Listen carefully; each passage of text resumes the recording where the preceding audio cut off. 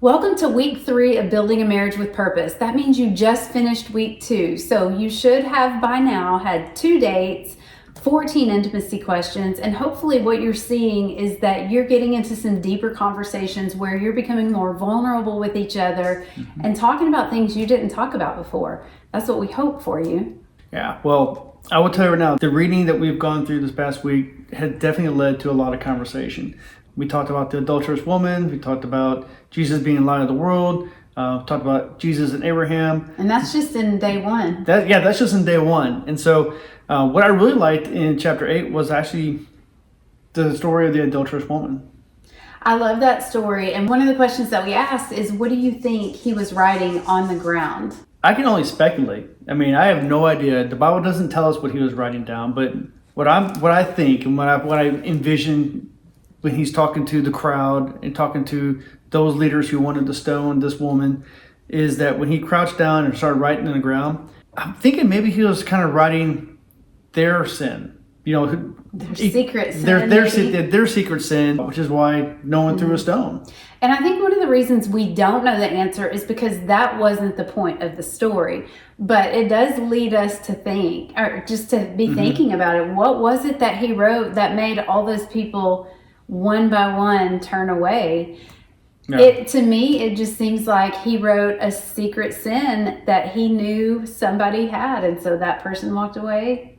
That's what I think. Wrote another one. That person walked away. That's what I think.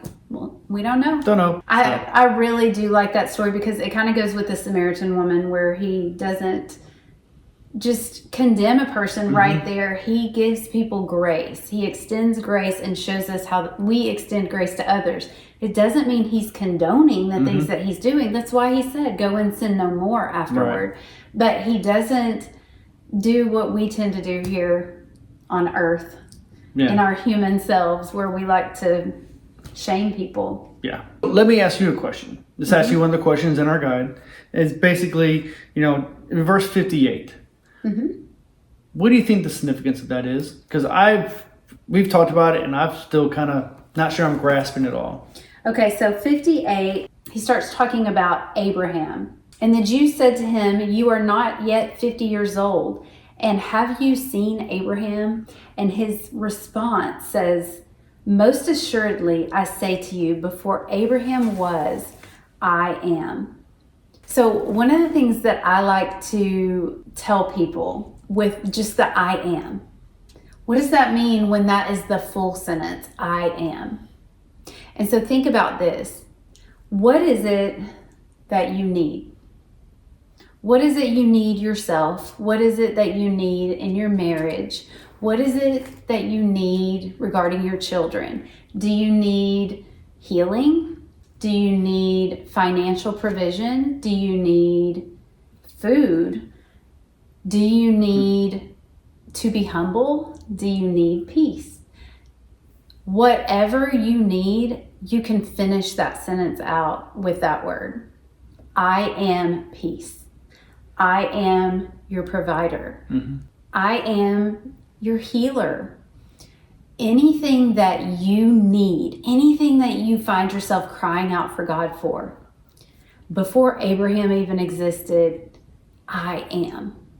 He's saying from the very beginning, I have always been salvation, provision. I have always been peace and joy. I have always been any of those things that you are longing for and yearning for and praying for. While that's not exactly what this means, I do remind myself that those things are all true. But basically, he's saying he was all those things before Abraham was born, but essentially he's saying, I was here before Abraham was here. So no, I'm not even 50 years old, but I was here before Abraham. Wow. And they got so mad they wanted to stone him. So let's move on to chapter 9. Chapter 9 is where the blind man gets his sight, and that's one of your stories that you like. I do. I like that one a lot. This gentleman, this boy, was born blind all throughout his life, and then for a moment there, Jesus enters his life and heals him. So now he can see. And I'm not blind. I have my sight. But there's a lot of things that are brought into my life that I didn't quite see or understand until I brought Jesus into my life. And so my eyes were opened. And, that kind of goes through not only being open, but there's also more of a light. So Jesus talks about being the light of the world. And so he's there to guide us on our path and guide us on our journey, guide us through our walk. But being blind physically, but then also being blind spiritually. So I think that's a lot about what chapter 9, at least that beginning part of chapter 9 is talking about, is just being spiritually blind, almost like being spiritually dead, but now you're spiritually blind. You see things, but you don't understand, you don't see it. Which is the purpose, I think, that this man had blindness. A lot of times they thought it was because they had sin in their lives, but he said, no, this is it's for my glory. Of course, I'm putting that in my own words, but it wasn't for anything that he had done. It wasn't anything that his parents had done, but it was to show everyone this moment so that he can talk about the correlation between truly physically being blind and being spiritually blind. And the Pharisees asked the question over and over. First, he asked the parents, and the parents were like, I'm out. Yeah. Go ask him. Because they were probably afraid, again, to stand up. But they keep asking this man the same question. And I love how he responds. Yeah, I thought it was actually quite comical the way he did respond, in the sense that he's like, I already told you once. I told you again.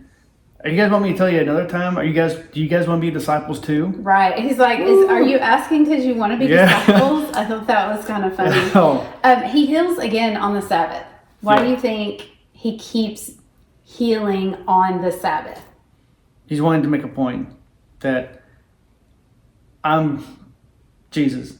I'm God. I work at all times. I can do all things at all times, not necessarily just Monday through Saturday, but I can do whatever day the Sabbath day is for them. But I get healed at all times. I constantly work, and so I think it's just kind of like, your law is your law. I am the law. I'm going to do what is right when it needs to be done. I think he's saying that I am more than these words that you have on paper. I'm more than that, but also I am the Sabbath. We find our rest through Jesus. And so I don't know, that's just my thoughts, but I feel like he's saying, I am. Let's go back to the I am the Sabbath. It's in me that you will get rest, but these people are more important than the rules that we have. And so he's trying to, I think, prove a point of you are missing the point by making it about all of these rules and laws, because even in Romans, Paul talks about how the laws are made not for them to be able to follow, because no one can follow, but it's for them to see where they're falling short and where their sin is. And so those things should not be placed before a human being. Even if you go back a couple of chapters, when the Pharisees got on to Jesus for healing on the Sabbath, and his response was, would you not go and save your prize heifer? Right. He's like, and part of that shows the hypocritical state that they were in. So it's like, I think a human is much more important than an animal of cow, pig, whatever they. And so it's kind of like, you really got to set your priorities on what is right. And I think when Jesus heals on the Sabbath, he's like, I'm doing what's right. Whether you agree with it or not, I'm doing what's right. And sometimes doing the right thing is a hard thing to do. So then we hop on to chapter 10, talking about being the good shepherd. And you actually educated me on something that I didn't know about when you talked about the voice, how sheep will follow the voice. Can you go a little more into that? Because you do it much better than I do. The shepherd in the morning would let the sheep out of their enclosure. So at night they were in an enclosure to keep them protected. But in the daytime they got to all of the sheep of all of the different folds. They just kind of frolicked together. Yes, I use that word.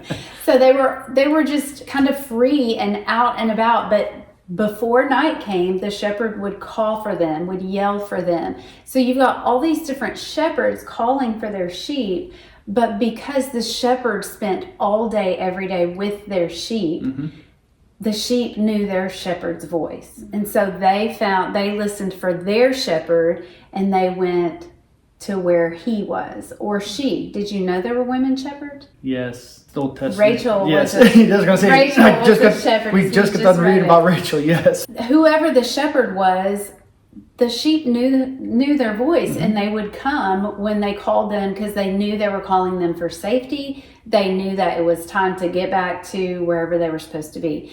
And one of the things he talks about, he is the good shepherd. And he talks about how hired hands are just there for money. So if there's true danger, they're going to run away. They're going to put themselves before the sheep. But he is not a hired hand.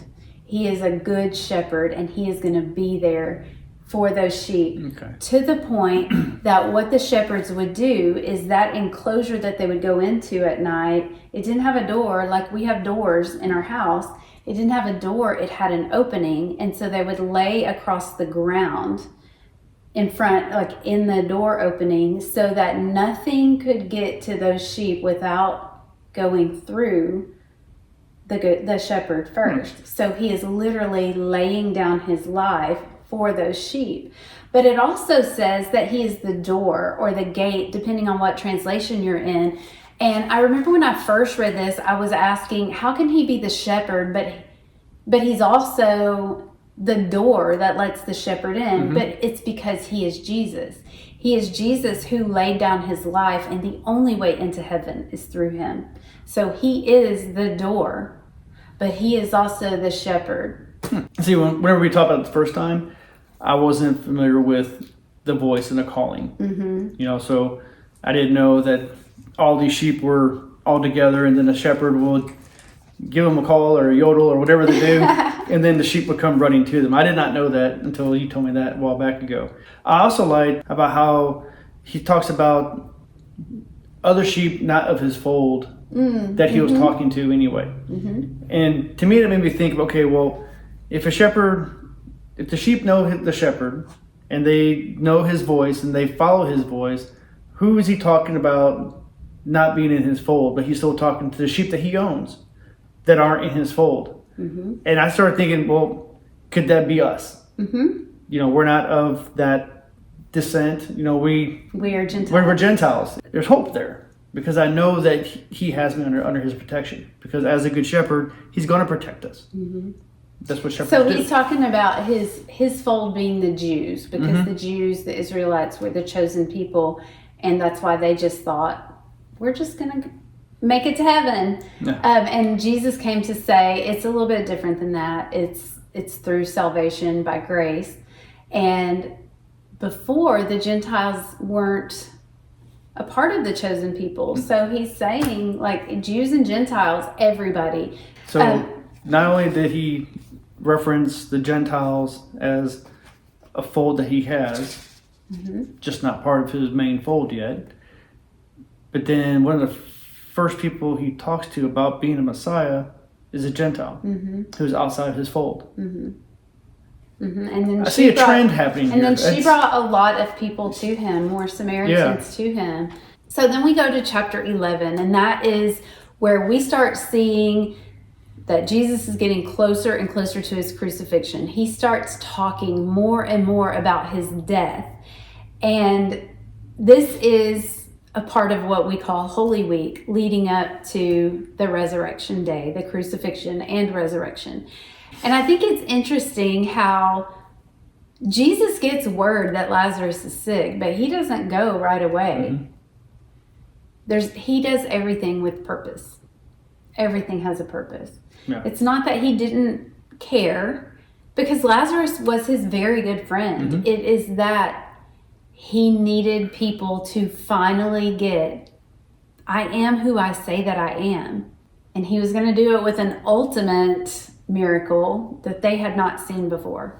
Yeah, it's all about the glory, not glory for himself, but the glory of God, that he's able to do this resurrection. Can you imagine being someone standing there while he's doing this, though? I cannot imagine. But before we even get there, we know that the disciples do not want to go the direction he wants to go, because that means they're going to where the people want to kill him.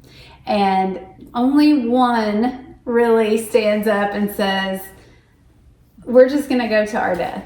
What is it? It's Thomas. And what is it that he actually says? It's verse 16. Thomas, who is called the twin, said to his fellow disciples, let us also go that we may die with him. Because to me, it reminds me of Debbie Downer. Yeah. Is that what it was on Saturday Night Live? I mean, they all were feeling uncertain because they knew that these people were after him. They already tried to stone him.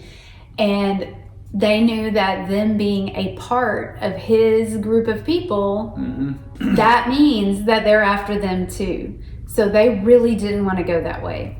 And one of our questions is, again, what do you think they were thinking as they got closer and as they got closer to Judea? What would have been going through their minds? What would have gone through your mind?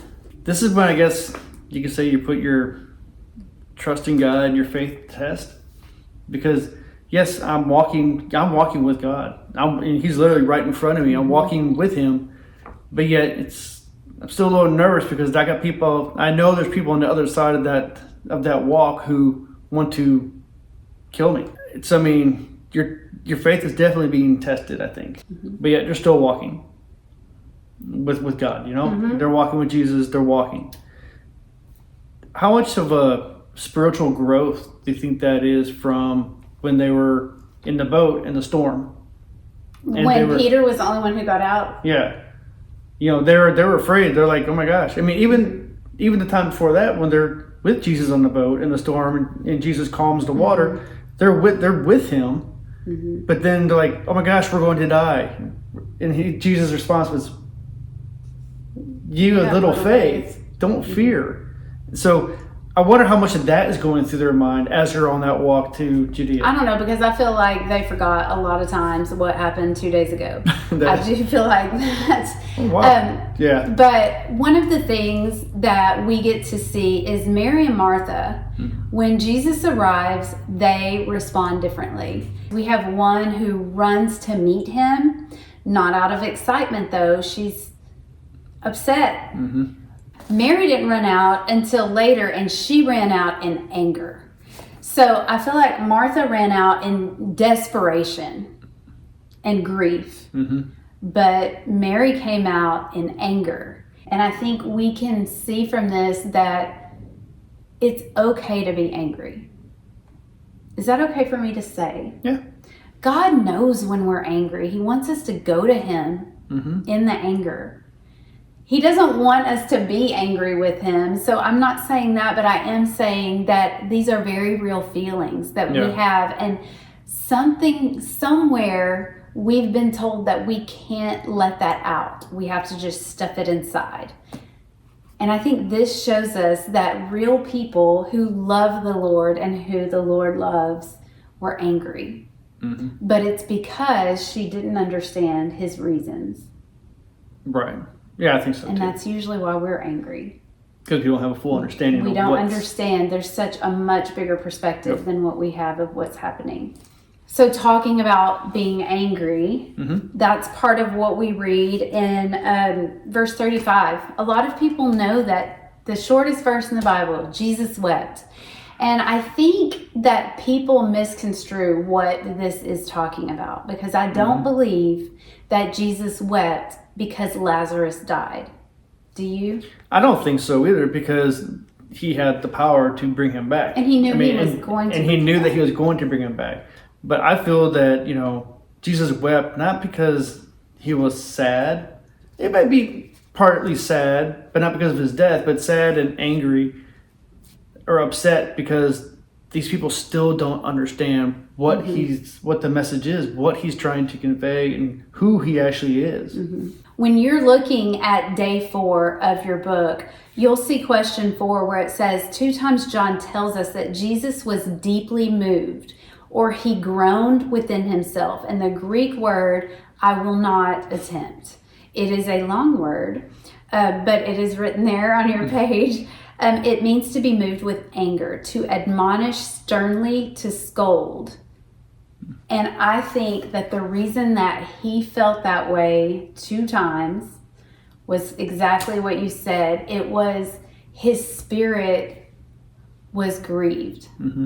Because these people who have walked with him and learned from him and love him still don't get it completely. They get it a little bit, but they don't fully understand. Moving on to John 12, that is where we are moving into the triumphal entry. And Mary anoints him with oil. And putting aside how expensive that oil was, which it was expensive, putting aside all of that, why do you think that's even significant that we know that she anointed him with oil? I think she was starting to understand when Jesus talked about his upcoming death. Because he for quite a while, he talked about his death coming up. And I think that when she anointed him, Lisa's feet with the oil, it was almost a preparation of his death. But also, kings were anointed when they came into someone's home. So I feel like it's almost a mixture of both. But talking about the king and him being king, he came in on a donkey. Right. And when I think kings, I've studied history all throughout my life. When I think kings and triumphant entries, I'm thinking, big fancy robes, big white horse. Big white horse, just mounted and just riding in all proud and whatever. And Jesus comes in, the King of Kings, he comes in on a donkey, feeling almost very meek, but the people just went crazy. And it is a fulfillment of prophecy that he come in on a colt that has never been ridden, and its purpose for being born was for him to ride. But what I love that we heard not too long ago is a donkey represented peace. When someone's coming on a donkey, that represents peace, where coming in on a horse is going to be like, we are at war. Verses 27 through 29, that was one of the questions that we talked about, where it says, a voice came from heaven saying, I have both glorified it and will glorify it again. Therefore, the people who stood by and heard it said that it had thundered. Others said an angel has spoken to him. And we've talked about this before. Why do you think some people heard thunder while some people heard an actual voice? Actually, I think it's because those who believe in Jesus and who he was and who he says to be and everything, they believe. So they're going to be talked to. So just whereas others are only going to hear thunder because they... So kind of like how we just learned my sheep know my voice. Yeah. And come at my call. They knew his voice and they heard it. Yeah. But the people who didn't know him heard thunder. Can you imagine that too? There's so many things that I sit there... That's the same thing that happened at the baptism as well. Yeah. Some people heard thunder and some people heard an actual voice. All right, so that brings us to John chapter 13. And to me, I found this chapter to be a very humbling chapter because I really I try to put myself in Jesus' role. And he's washing the disciples' feet. I know he's not here to be served, but to serve. So I think it was really cool that he would wash his disciples' feet. But I was always curious on what he was thinking while he was washing the feet, and then especially when he got to Judas's feet. I mean, I don't know. I mean, knowing his time, knowing that he's going to be the one that's going to expose him or turn him over. But even then, even at the dinner, Jesus talked about it, but he didn't say who it was going to be. He didn't expose him. We're seeing that trend throughout, that he doesn't just condemn and expose and humiliate. We tend to forget that he also was fully human. And I think that we read through these verses without really putting into perspective, he was a man who knew he was about to be brutally crucified. He knew it was something that he had to do, though. So that's why even this moment where he knows his time is getting shorter and shorter, there were, I'm sure, thoughts in his head, God, please, if there's anything else I can do. Yeah.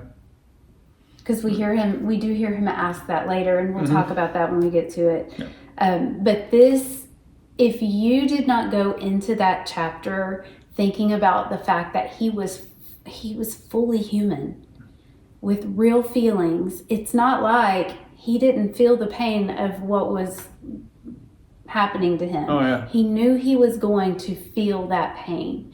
So I would recommend you reading it again and remembering that he knew what was coming and he had real feelings and emotions about it. What could that possibly have looked like? Then we move into chapter 14, where he's talking more and more about the death that's coming.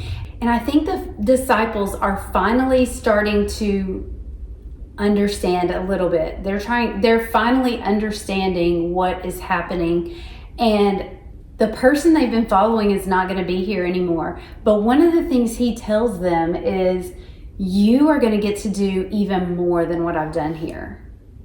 What in the world?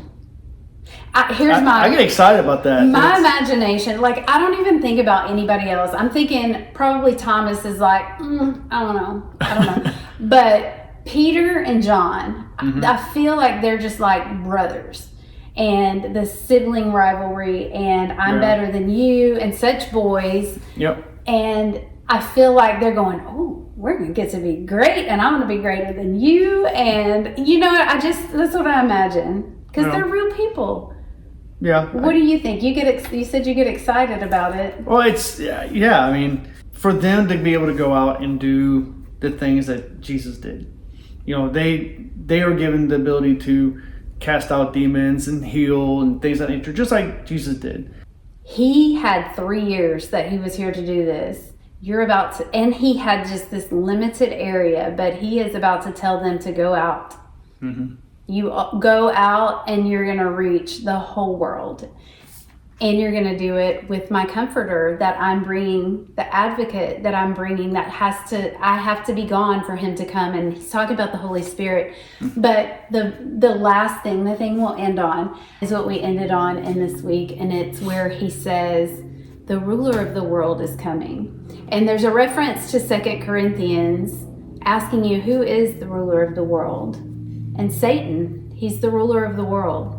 Anything that is of this world is not of the Lord. So we talked about being born again last week. And that's exactly what he's talking about. You are no longer of this world. You're now a part of my family. You're a part of who I am. But he's saying the ruler of this world is coming, because we just learned that Satan had entered Judas. Right. And he himself was coming. And next week, you don't want to miss. We'll see you next week. Bye. Bye.